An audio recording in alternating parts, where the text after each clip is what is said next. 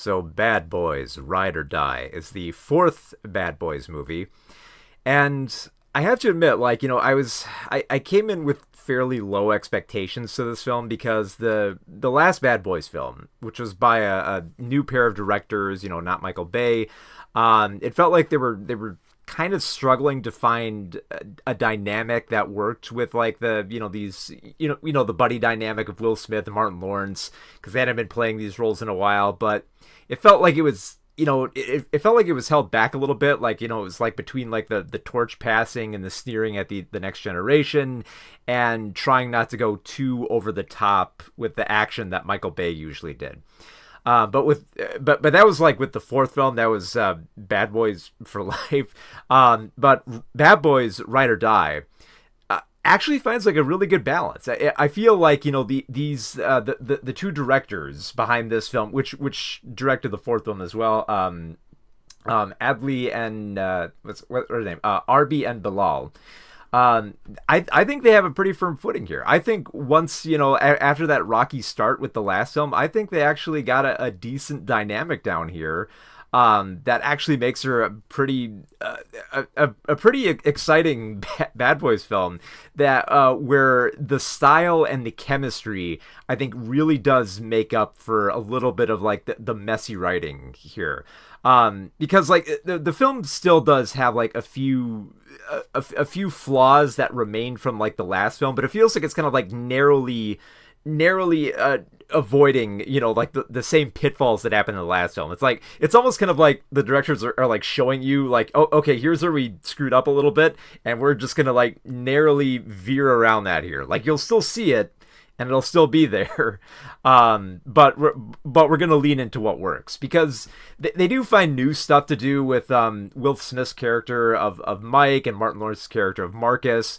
Like, they're still detectives, they're still working, but they have new issues in their life. Like, Marcus has recently, kind of had like a little bit of an existential crisis where he almost died, and basically has like a new outlook on life, where he kind of like, it's almost just kind of like accepting, like kind of like he almost like knows the score, as though he has plot armor and can recognize that he has plot armor, while also kind of realizing that maybe I am gonna die soon and I just have to accept it.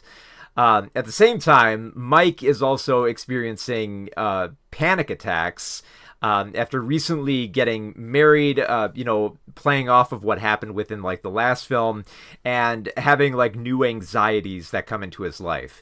And there are moments where the film does kind of like focus on that internal struggle that they face, but not a lot. And I think like because this is like the flaw I was talking about with like the last film, because in the last film they set up Marcus to have this crisis about not wanting to kill people, where he felt like like taking away life is like something that's like a bigger issue that I need to address.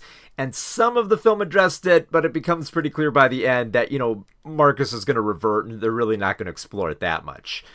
And thankfully, I think like that lesson seems to be learned here, if not through like the script, then definitely through the direction, that like these like bigger themes that Mike and Mark are trying to address are not as compelling as like the buddy cop dynamic. Like, I appreciate them trying like this stuff, because like there's some wild sequences they shoot with them, like when Marcus kind of has like this kind of out of body experience. It's got like some trippy camera work and effects that they add in. When Mike has a panic attack, it's treated with like a little bit of maturity before like they keep trying to like downplay it, because like, and the thing is like, I knew they were gonna do this. I knew they were gonna downplay it and just kind of almost like forget about it, like it would peter out. But the film almost kind of seems aware of that. They're kind of like, they realize like, okay, this is a neat aspect, but we're kind of more or less going to dump it in favor of the action and the buddy cop dynamic. And to that degree, I think the film really works, because like, I think by that, but definitely by like the second half of the film, it realizes where its strengths are and chooses to focus on those specifically. And the strengths are in the direction, in the cinematography, like the way that they shoot this film, like they do favor very much a neon color for setting a lot of scenes at night and within clubs. Like at one point they go to like this art gallery where there's just neon paint all over them, just overflowing with color in all these scenes for like shootouts and investigations. And it looks pretty cool. And I like that they kind of like lean into that. The plot is it's sufficient. It's not great. Like, you know, it involves like, you know, a character who died in the previous film, and they realize that, you know, there are corrupt cops working with the cartel, and they got to hunt down the cartel and find out who the rat is and who are the cops they can't trust. And, you know, and basically Mike and Marcus go on the run from the, basically they go on the lam, while Mike tries to reconnect with his estranged son, who they tackled in the previous film, so he gets a little bit of a redemption arc as this film goes along. Now, it really needs to be said, like, the action in this film is a lot of fun, and that mostly has to do with the way that it's shot.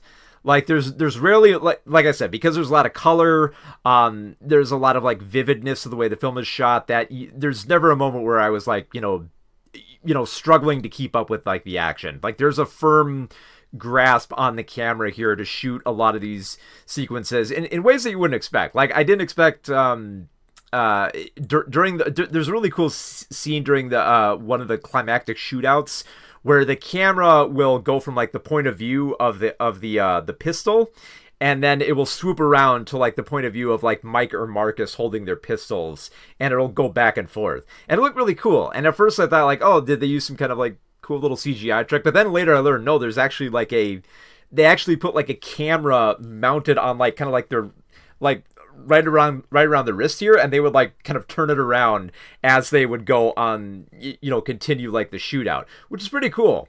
And then there's like a lot of other stuff that were just like have like fun choices in shots. Like, for instance, the scene where they finally track down the villain and they kill him. Once he falls to the ground, I love how the fact that they completely tilt the camera at like a hard angle for when he finally tumbles down.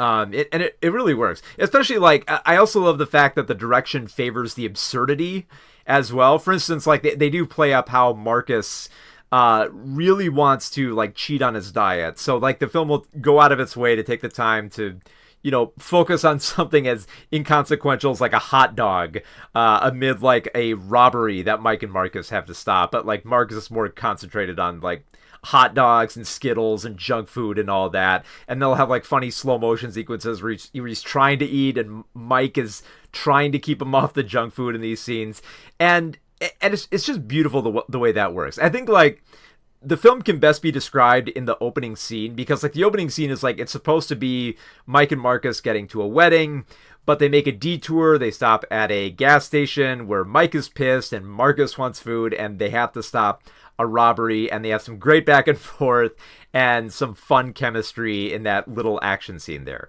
And it's great because Ride or Die recognizes this is the stuff that works. This is what you do want to see in a buddy cop film. It's not about the intricate plot of, you know, taking down these cartels, and it's not about like the grander existential themes of like considering death and realize you're getting older. It's not even about like the easy theme that a film like this could have leaned into, which is just Mike and Marcus sneering at the next generation. They do a little bit of that, but they also recognize that, yeah, that bit's kind of getting old too. Maybe we got to back off that for a while.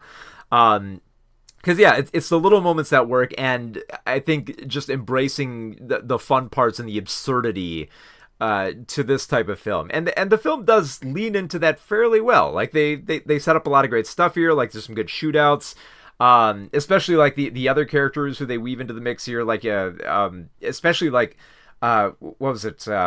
Paulo Nunez, who does a great job as Mike's ex-girlfriend, is thrown into the mix. She's a lot of fun here. There's a great fight sequence in an elevator. The way they set it up and the way that the camera just kind of goes all around from like the external shots to show how this fight progresses, which is really exciting. The way that like the elevator descends and like the characters keep getting slammed up against the glass, stuff like that is really cool. And it just keeps mounting. And I think like the big thing is it keeps up that energy throughout, where it doesn't feel like it's meandering into territory that you don't care about. it still meanders here and there, like finding funny stuff to do, but it does find just the right moments to have fun with it. In particular, there's a sequence where Marcus's home is invaded, and it's up to one of his family members to save the day, and he does, and they have just, and like, it's a tense situation, like, it's dangerous, but they find just the right moments to have fun and make a little joke, and just, and have Marcus act as like the audience surrogate for that moment. Which is really good. Like, I saw this with the crowd, and they absolutely ate up scenes like that. And it was fun. I was genuinely smiling throughout a lot of this, and really getting engaged with like the way that this film was shot, and the genuine chemistry between Smith and Lawrence, and how they go about solving this case, and finding redemption arcs, and like for all these, like, there's a whole bunch of like different plot lines. Some of them they forget about, even entire characters they forget about until like they're useful towards the end. But like I said, this film knows what works, and it's the buddy cop dynamic, and if that's what you want out of an action picture like this, which, I mean, it's Bad Boys, why wouldn't you? Ride or Die actually really worked for me, to the point where I would dare say, like, I've never had like a high opinion of the Bad Boys films. Like, I like the first one, I have major issues with the second one, and the third one I felt was kind of limp. This fourth one, this actually kind of won me over. I think Ride or Die might actually be my favorite Bad Boys movie, for whatever that might be worth.